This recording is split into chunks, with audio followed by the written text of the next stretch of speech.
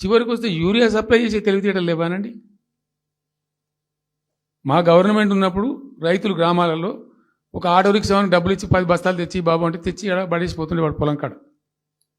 ఇవాళ రైతులు రోజుల తరబడి గంటల తరబడి చెప్పులు పెట్టి, బీఆర్ఎస్ లేకముందు చెప్పుల లైన్లు ఉండే, బీఆర్ఎస్ ఉన్న రోజులు చెప్పుల లైన్లు మాయమైనవి. మళ్ళీ ఇప్పుడు కాంగ్రెస్ రాగానే మళ్ళీ ఇప్పుడు చెప్పుల లైన్లు స్టార్ట్ అయిపోయినాయి వరుస పెట్టి.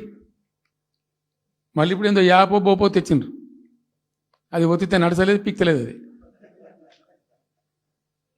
ఏ ఎరువు బస్తాకు యాప్ ఎందుకైనా నాకు అర్థం కాదు.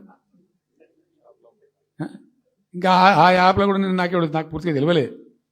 నేను రాత్రి కూడా చెప్పే ఆ యాప్లో ఏముంటుందట, ఇప్పుడు నాకు పట్టుందా, అది ఎన్ని మాటలు ఇస్తారట.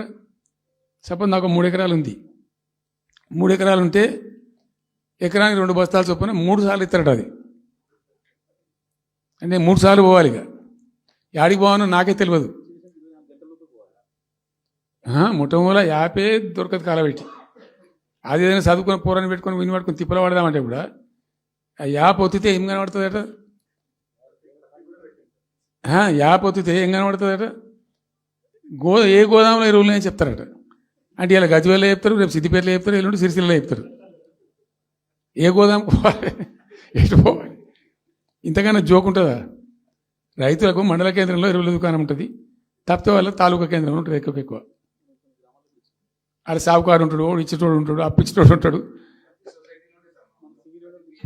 మనం బాగా విస్తరించామమ్మా. నేను ఏమంటున్నానంటే 7,100 కొనుగోలు కేంద్రాలు పెట్టినాం కదా, వాళ్ళ ఊర్లో పోయి కొన్నాం కదా, ధాన్యం నెత్తిన పెట్టుకొని వాళ్ళ అంగడికి వచ్చి ఈ మార్కెట్ అప్పుడు తిరిగి కూడా బంద్ చేసినాం కదా. అసలు రైతు సెంట్రిక్గానే మన పరిపాలన ఉండే కదా కంప్లీట్గా. అని మొత్తం సాప్ పట్టేసారు.